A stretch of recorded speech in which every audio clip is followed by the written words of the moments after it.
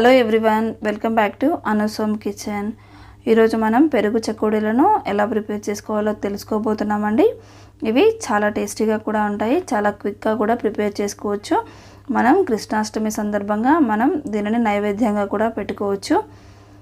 ముందుగా వీటిని ఎలా ప్రిపేర్ చేసుకోవాలో తెలుసుకుందాం. దానికోసం 1 కప్పు బియ్యం పిండిని అలాగే 1 కప్పు పెరుగును కూడా తీసుకుందాం. ఇప్పుడు ఆ పెరుగుని ఒక గిన్నెలోకి షిఫ్ట్ చేసుకొని అలాగే అదే కప్తోని వాటర్ని కూడా యాడ్ చేసుకోండి. ఇప్పుడు దీన్ని చిక్కటి మజ్జిగలాగా ప్రిపేర్ చేసుకోవాలి.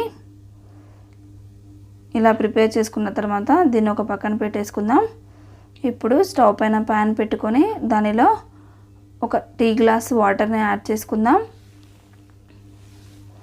ఈ వాటర్ బాయిల్ అయిన తర్వాత 1 స్పూన్ జీరాని యాడ్ చేసుకోండి. అలాగే 1 స్పూన్ పసుపును కూడా వేసుకోండి. ఇప్పుడు సన్నగా కట్ చేసుకున్న పచ్చిమిర్చిని కూడా యాడ్ చేసుకుందాం. అలాగే సన్నగా కట్ చేసిన కరివేపాకు, కొత్తిమీర తరుగును కూడా వేసుకొని ఒక 5 మినిట్స్ పాటు బాగా మరిగించుకోవాలి. ఇలా 5 మినిట్స్ వరకు మరిగించిన తర్వాత దీనిలో మనం తీసుకున్న 1 కప్పు బియ్యం పిండిని కొంచెం కొంచెంగా యాడ్ చేస్తూ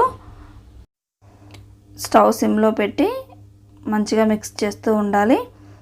ఇలా అంతా మిక్స్ చేసుకున్న తర్వాత దీనిలో రుచికి తగినంత ఉప్పును కూడా వేసుకుందాం. మరొకసారి ఇదంతా ప్రెస్ చేస్తూ మంచిగా మిక్స్ చేసుకొని స్టవ్ కట్టేసుకొని ఇది కొంచెం చల్లారనివ్వాలి. ఇది పూర్తిగా చల్లాల్సిన అవసరం లేదు. కొంచెం గోరువెచ్చగా ఉన్నప్పుడే దానిలో మనం ముందుగా ప్రిపేర్ చేసుకున్నాం కదా, ఆ బటర్ మిల్క్ని కొంచెం కొంచెంగా యాడ్ చేస్తూ మెత్తని ముద్దలాగా ప్రిపేర్ చేసుకోవాలి. ఇలా గోరువెచ్చగా ఉన్నప్పుడే మీరు హ్యాండ్తోని ప్రెస్ చేస్తూ మెత్తటి ముద్దలాగా ప్రిపేర్ చేసుకోవాలి.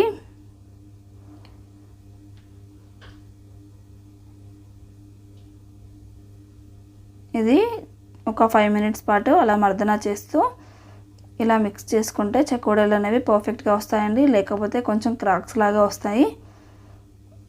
ఇప్పుడు ఇలా మంచిగా మిక్స్ చేసుకున్నాం కదా, ఇప్పుడు దీనిలో నుంచి కొంచెం కొంచెంగా పిండిని తీసుకొని హ్యాండ్ పైన ఇలా తాడులాగా ప్రిపేర్ చేసుకోండి.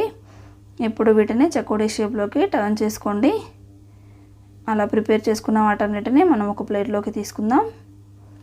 అలానే అన్నిటినీ ప్రిపేర్ చేసుకుందాం.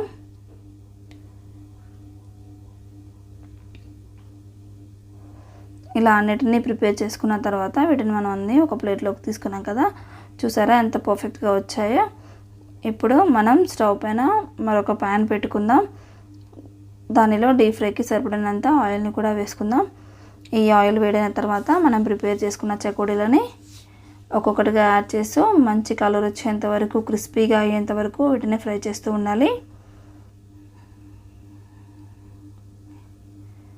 ఇలా మధ్య మధ్యలో కదుపుతూ మంచి గోల్డెన్ కలర్ వచ్చేంత వరకు వీటిని ఫ్రై చేసుకోండి. ఇలా పూర్తిగా కలర్ మారిపోయినాయి కదా, ఇవి మంచిగా ఫ్రై అయినాయి. ఇప్పుడు వీటిని తీసుకొని మనం టిష్యూ ఉన్న పేపర్లోకి షిఫ్ట్ చేసుకుందాం.